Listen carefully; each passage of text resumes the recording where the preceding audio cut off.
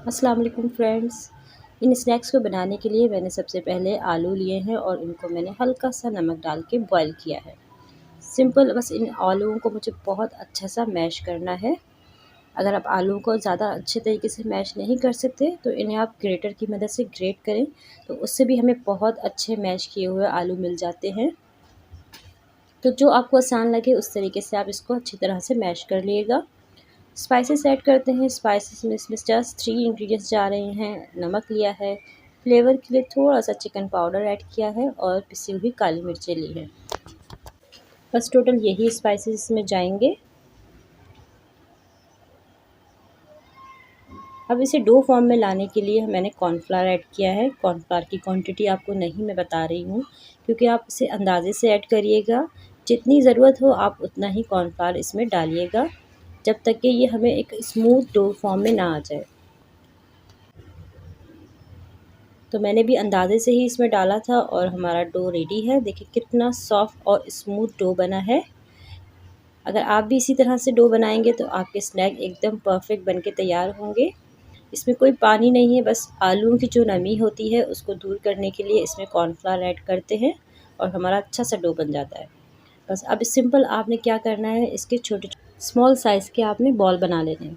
बहुत छोटे से साइज़ के बनाइएगा और कोशिश करें कि तमाम ये बॉल्स जो हैं आपके इक्वल साइज़ के हों, सेम हों, ताकि आपके सारे ही स्नैक एक जैसे बने। तो मैं भी कोशिश कर रही हूँ कि मेरे सारे बॉल्स जो हैं वो एक जैसे बने। तो ये सारे बॉल्स रेडी हो गए हैं।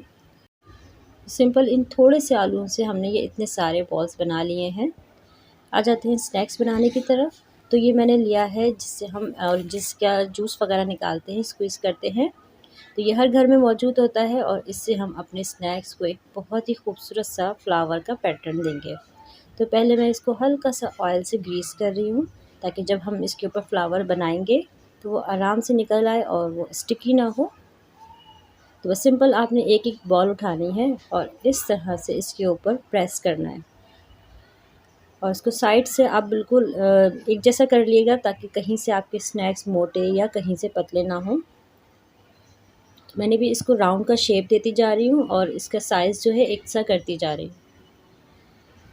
बस जब हम इसे उठाएंगे तो बहुत ही खूबसूरत सा इसके ऊपर फ्लावर का जो शेप है आ चुका होगा। और मेरा कैमरा आपको ठीक तरीके से नहीं दिखा रहा है, तो मैं आपको और भी स्नैक्स बना के दिखाऊंगी कि किस तरह से इसके ऊपर बहुत प्यारा सा फ्लावर बना है। तो ये सारे स्नैक मेरे रेडी हैं और आपको कुछ कुछ नज़र भी आ रहा होगा कि किस तरह से ये मैंने कितने खूबसूरत से फ्लावर स्नैक्स बनाए हैं। तो अगर मैं आपको दिखा देती हूँ, सिंपल आपने ग्रीस करना है, हाथों की मदद से इसको प्रेस करेंगे और फिर आपने उठा लेना है।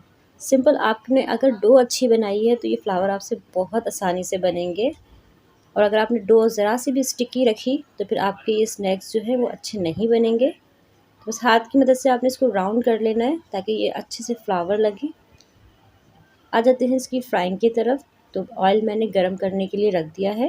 तो ऑयल मेरा प्रॉपर गरम हो चुका है और इसे हम बहुत थोड़े से ऑयल में बना रहे हैं। इतना ज़्यादा ऑयल हमें बिल्कुल यूज़ नहीं करना है, क्योंकि आलू जो हमारे हैं बॉयल हुए हुए हैं और सिंपल हमें इसे ऊपर से हल्का सा गोल्डन कलर देना है और अच्छा सा क्रिस्पी करना है।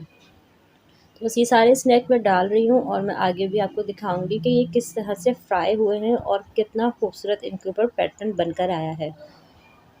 और ना ही ये कहीं से खुल रहे हैं, ना इनके ऊपर कोई क्रैक आ रहा है, और बहुत खूबसूरत फ्राई हो रहे हैं ये।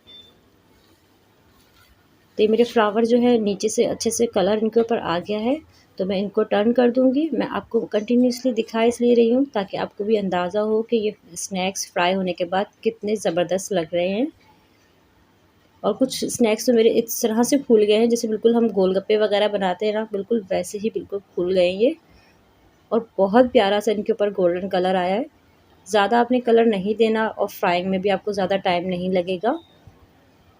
जैसे ही इसके ऊपर एक तरफ से कलर आए आपने सेकंड साइड इसकी टर्न कर देनी है।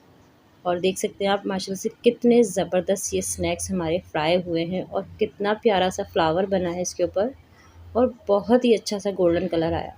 और सिंपल अगर आपने ये एक बड़े साइज़ का भी आलू लिया है ना, तो उससे इतने सारे स्नैक्स बन जाते हैं ना। तो मैंने सेकंड बैच भी रख दिया है फ्राई करने के लिए। सारे स्नैक्स मेरे फ्राई हो रहे हैं